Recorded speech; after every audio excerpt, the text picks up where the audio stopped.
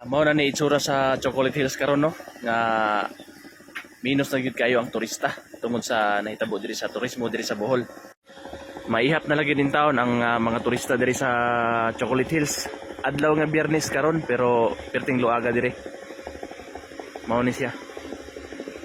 Kaya nako ipon og pila ra ka tawo ang naa diri karon. Tungod sa nahitabo sa turismo karon, minus na gyud kayo ang turista. Kay ang direct flight pila na lang ang maabot diri sa Bohol. Ang sa international pipila na lang ka flight ang maabot diri sa Bohol. Tungod kay wala na yung whale shark watching sarado. Kanya ang airport na to private na. Oh. Hindi lang sa Bohol. Well, in fact, we were in Taiwan the other month, no? And we'll be balik kami sunod next month on the other part of Taiwan. Ipakyaw ng aeroplano ang Starlux. Ha?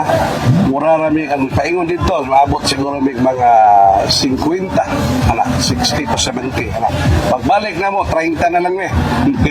So, Ilang capacity itong aeroplano? more than 100. Oh, so, you just try to imagine ang aeroplano nga. So, imo tanawon yun, bisag sa Taiwan, mingaw. Wa ka kayo makita dito nga mga foreign, ha? Naman galing, pero pipila lang, no? Kaya timing po pagkanto na mo kay ba summer summer vacation po na sa Europe na panahon na sa Amerika. So dili lang kay kita. So dili lang ingon nga pamunti sa mga Koreano nga nawa Korea galisod ang ekonomiya sa Korea na subsidize na katilod anay ga ayuda di para so ayuda ga kinurakot nga gigamit sa politiko. So dili buot pa sa buot nga wala na ni bisita diri mga Koreano gumikan kay bisitado ka whale shark. Dili, way labot na. Probably, I would say, partly. No? Kailangan mong faktor. Tanaw ko ng Cebu karon, waman mo sa Oslo, ganong gamay man. Kailangan, walang tagaan ng comparison. It's not really ang nakaingon na kanang whale shark. No? Wala ba mo enhance ang ato? Pero careful ta, ang decision ng gobernador na, he must make a balance.